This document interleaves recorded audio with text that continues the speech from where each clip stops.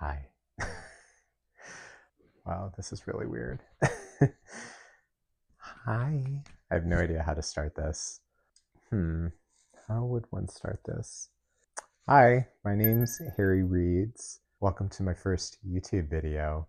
Today I wanted to talk about the books that I read for February and the highs and lows of high school football, you know? If you know, you know. I'll start with the first read of February. That one was Tell Me What's Right. And this was a queer romance between two kind of lawyers in like Ireland, which I was really interested in. It kind of is spun as like this once rivals to lovers sort of situation. I was intrigued by the lawyer angle because I feel like you don't really see that a lot in romance. Like they're in the middle of this case with this woman who's like falsely accused of murder. As you're reading this, you're kind of getting the play-by-play of what's happening in the case and the motions they're making and things like that. Being a lawyer is not like Legally Blonde or Law and Order or any of that other stuff. It's like it's a lot of paperwork, it's a lot of preparation for actually going to trial and everything. You know, if you're not into that sort of thing, maybe don't read this because it does take up quite a bit of the book. I will say, as far as like the romance goes, I actually did quite enjoy this. I liked the chemistry between the two love interests. I think that they actually did a pretty good job of, kind of showing the growth in the relationship. I liked it. I gave that one like 3 stars. Not bad. Good way to start the month. Then we went to Her. Ladies and gentlemen, Her. I am not gonna lie. I was so nervous going into this because I really, really wanted to like Emily Henry. I'm so glad that I enjoyed this. The reason why I chose Book Lovers, one, because I love books, but two, because I remember when I was researching which one to start with, this one on Goodreads was like the one who had the most reviews and also like the highest average review rating. So I was like, okay, if I can't get into the one that is like the most liked on Goodreads, at least, then, just kind of say she's not for me. But I'm so glad that I got to read this. I loved it so much that I literally was in Target and I found this special like sprayed edge edition. And I'm not one who like loves sprayed edges or any of that. Like I'm not the one that falls for like the special editions and buy 12 of these books, so you can but I saw this in Target and I was just like, I like it so much. And I had like a used copy that I was reading. And so I was like, I have to get that. Also, the original cover is so ugly. I don't even know what irks me about it. I think it's just because, like, why are they sitting on suitcases? I don't understand why they're back to back from each other. I at least like this one a little bit better. The sprayed edges are cute. I just like this a lot better. Like the color scheme's a little bit nicer to my eyes, so I got this copy. I love the dynamic between the two of them. I think it was really cute. I loved how you sort of see the development of their feelings for each other. I will say, like, there were some minus points because the sister, Libby, girl, like, she was doing a little too much for my liking. Yeah, so overall, I really liked Book Lovers. What did I give it? I gave it 4.25. I think honestly it was just because the ending was cute. Libby pissed me off. Yeah, I think that was pretty much like my reasoning for that. I'm so excited to talk about this. You have no idea. This book.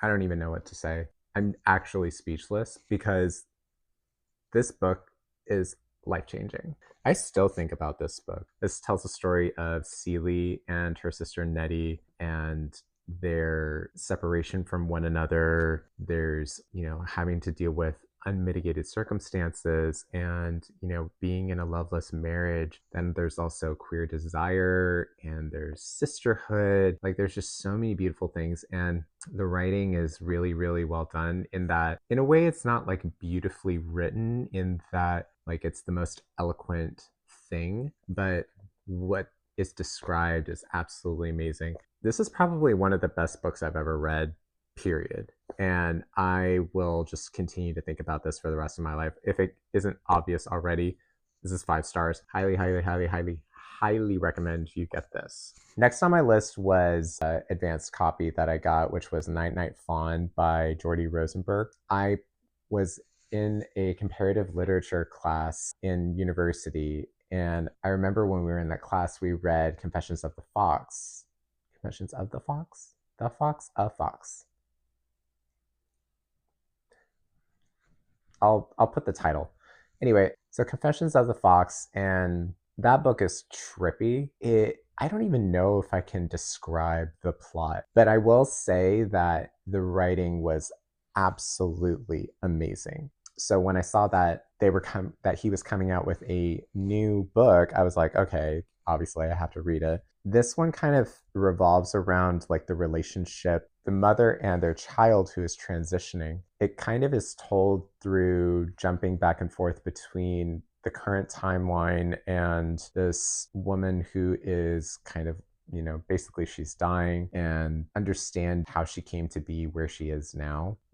Unfortunately, she doesn't really have the best opinions when it comes to her child wanting to transition or, questioning their gender.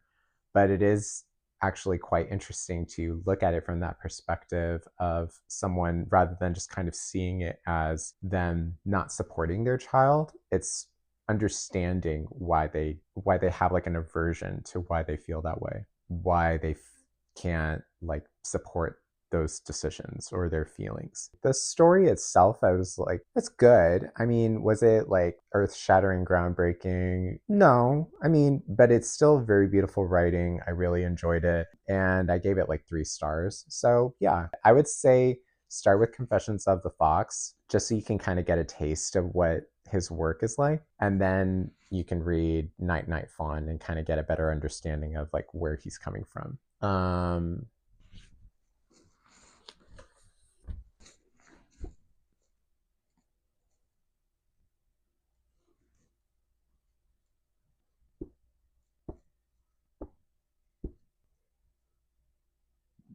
I'm legitimately, I don't want to say anything. I literally don't want to say anything about this book because I am just so let me try and be nice. Let me try and be nice. I just do not get the hype around this book. Yeah, I'm really trying to find like the goodness of this book. I think that what they did was admirable. I liked a lot of the mental health representation. I like that there's, good conversations around that. And, obviously it's like prioritizing mental health. But the story itself, I'm just like, meh. I'm trying to think of like any redeemable qualities with these two, and crickets. I'm just sort of like, what? Yeah, I'm just like, I'm not even gonna really like go into this. I'm just like, so anyway, we're gonna stop talking about her. I'm actually gonna put her over there because I don't even want to see her. Oh, by the way, I gave it like 2 stars. So then I got this next arc, which was Soft Launch. The story follows like this woman who is basically starting her new career as a lawyer. I have a lot of lawyer books now that I'm just realizing. Anyway, she's starting her job as a lawyer, but she married pretty young, like not like really young, but she like married in like her early 20s. And she's like kind of getting into her late 20s, like about to start her 30s, and she's actually getting divorced from her husband. This book is sort of seen as like a coming of adulthood story, and I think that's a perfect way of describing it because, this isn't like the development from teenager to young adult. This is like from young adult to like adult. I liked this book because it had a lot of commentary around what it's like when you transition from your 20s into your 30s, and sort of still feeling like you don't really know how to be an adult. I think that this book is really great because it shows sort of this development of figuring out like, what do you prioritize? Do you prioritize yourself, or do you prioritize your loved ones, your career? The ending was not what I was expecting. Yeah, I mean, overall, it was a pretty good read. I gave it 4 stars. Very nice. I think actually this is great for anyone who's kind of at like a transitional point in their life. And if they're kind of wondering like what the next step is or how they're going to make it through, definitely recommend that. So I got another arc. This one was Sicko by Avril Grady. Sicko is a perfect title because I'm just going to describe it to you like this. If you took like the dirtiness of John Water and made it like a mystery noir porno, that's what this book is. And I was just so fascinated with the main character. He's like this middle-aged, once twink, now like works for his ex-husband, his twice ex-husband, I should say. And he's like a screenwriter for the porn studio that they work for. And I am just like, wow, this is just the first in like a series. I don't know how many there are going to be, but cannot wait to see because it is just bonkers. The stuff that goes on in that book. Highly recommend that one. I think I gave it 4 3/4 or something like that. Now we're going to get to my book of the month, Good People, Patmina Sabit. This book made me angry in like the best possible way.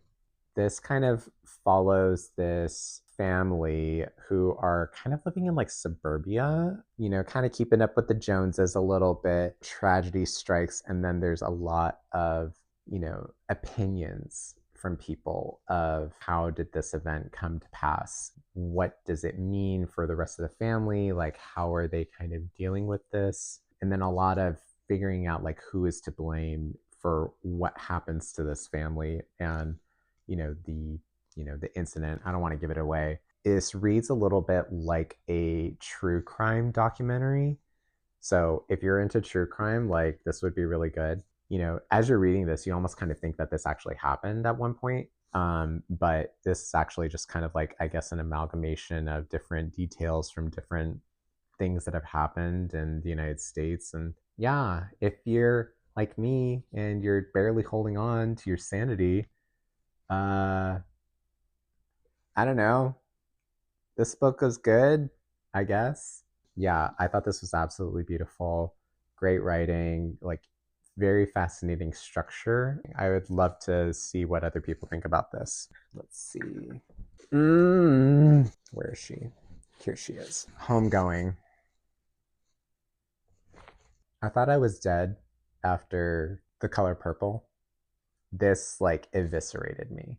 I this is another one where I'm just like, I have no words, like, because this is so freaking beautiful. It's basically a family saga kind of tracing the lineage down and the interweavings of like the relationship of their descendants. This is just so, so, so powerful. And I am like enamored with this author. Her writing is just gorgeous, heartfelt, and heartbreaking. Like, so I just can't. Yeah, I'm thinking about this a lot lately, actually. I will say, like, this wasn't like the most gripping of stories, if that makes sense. But I will say that the final chapter had me fighting for my life. And I was practically in tears. It's like one of those books where you like, the payoff is like amazing. And yeah, 5 stars, rightfully so. Now we're talking. Pole position. Rebecca J. Caffrey. Yeah, you're that one. Now, people who know me know that I am not like the biggest romance person. So I am a very, very picky eater when it comes to stuff like this, as you will see later. This one was just so freaking good. This is sort of the relationship between Kyan and Harper.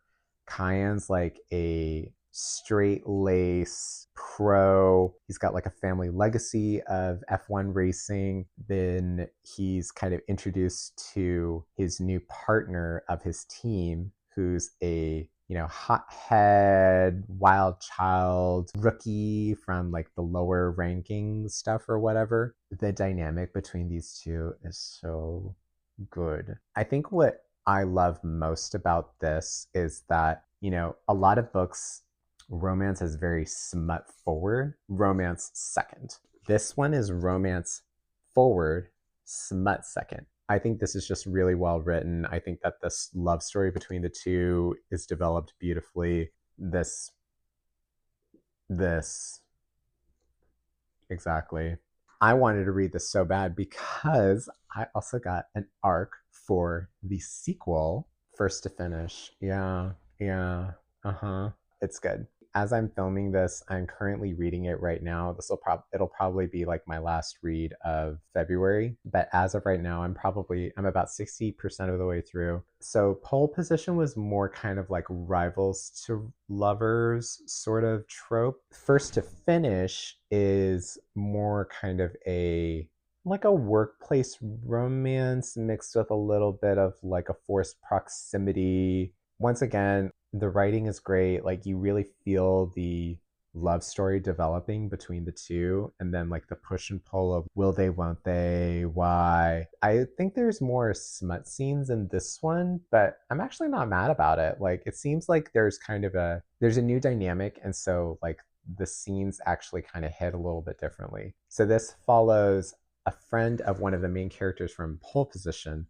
His name is Johannes Mueller, and he is a driver for another team. And his new-ish race engineer, who kind of is like in his ear, like while he's driving, is Caleb. The dynamic between the two is sort of like, you know, trying to figure each other out. Johannes has a little bit of like some history with, you know, bad relationship. Actually, both of them have really bad relationship trauma. Do they try and get together because, you know, they like each other, or do they not because they don't want to risk like breaking up and then having that be a dynamic with the team? You know what I mean? I'm excited to see how it like kind of all plays out at the end. I gave Pole Position 5. This one I'm like leaning more towards like a 4.5. Like I'm gagging, but I'm not gagging. You know what I mean? Anyway, one of the last books that I read was If Beale Street Could Talk by James Baldwin. James Baldwin does not know how to write a bad book. So I've read Giovanni's Room, which is still one of my favorite books of all time. Reading If Beale Street Could Talk is just such a heartbreaking analysis of what it is to be Black in America. So this follows the story of two, you know, younger people who are in love. They're in New York and trying to figure out like how to basically survive. You know, unfortunately, one of them is imprisoned, or, you know, is about to go on trial for, you know, a crime that he did not do. I remember like just the setup, which is like so dark, of seeing like this woman visiting basically husband in jail behind glass, and her saying, I hope no one ever has to see their loved one behind glass. Oh my God. Yeah, just ripped my heart out of my chest. It was so beautiful, but just devastating to read. It's still really beautiful and I still love it, but I'm just sort of like, I don't know how I felt about the ending. If you've read this, I'd love for you to kind of give me a little what your take is on this, because I'm so fascinated with how it ended, and I'd be interested to hear what other people have to say. Those are all the books that I read for February. Now let's also get into the books that I did not finish, because I feel like that is important as well. Yeah, so we're looking at these four here. I'm just going to kind of go rapid fire a little bit because I don't really need to get into like all the details of them. We'll start with this one, The Last Boyfriend's Rules for Revenge by Matthew Hubbard. While I like the idea of a First Wives Club queer twist, sort of like high school drama, blah, blah, blah, I just didn't really care. The writing is good. I mean, I just was sort of like waiting for something to really happen. And then when things were starting to happen, I'm kind of like, okay, it's fine. I mean, this is obviously like for a YA. audience. But for me, I was just like, meh. Next was Futbolista by Johnny Garza Villa. I started this feeling really confident because I thought that I liked the writing. However, I'd say like the first few chapters, it's just a lot of setup. It's a little too long-winded about the sport of soccer. Not to say that, going into the sport of like a sport romance isn't important, but at a certain point, you're just kind of like, okay, but like, can we like get to the good stuff? As I was reading this, it was sort of reminding me that maybe for someone else. A lot of these are just like maybe for someone else. For me, not for me. The Mothers by Britt Bennett. Meh. I read The Vanishing Half and I was already sort of like on the fence about that one. I at least liked that one a lot more. But reading The Mothers, I was sort of like, the characters just didn't grip me. I was not like live, laugh, loving any of this. Her writing is good, but like the story itself, I was just sort of like, I mean, The Color Purple and Homegoing are right there. If you choose to read one of Britt Bennett's, I would say like The Vanishing Half is probably like one of my favorites. And this one, I was like, meh. And the last one, Zadie Smith, White Teeth. Yeah, I don't know what it was about. Actually, I do know what it was about this. The story was just not moving. I saw a few comments from people that is like they love like the characters that are introduced and how it's kind of weaving all these different personalities and stories into it. I like characters and I like backstories, but when you're introduced to such interesting characters, I would rather kind of like focus on the main story and then kind of like bringing in, like, for example, I don't even remember her name. The main woman who kind of like get introduced to, I think his name is Alfred or something like that. They like go into backstory about like her once boyfriend or something like that from when she was younger. And I understand why that was sort of important to read, but I'm also just kind of like, why did we need to go through all of this? I do plan on reading some more Zadie Smith just to see if there's other works of hers that I like, but this was just not it for me. So 4 DNFs for the month of February. That's not too bad, I'd say. So those are all the books that I read for February, and let me know what you think. I'd love to know if you've read any of these books. If you want to read any of these books, make sure to leave me a like, comment something, and yeah, feel free to subscribe. I hopefully plan to like do more of these. Yeah, so I hope that you enjoyed this video. Thanks for sitting with me. Bye.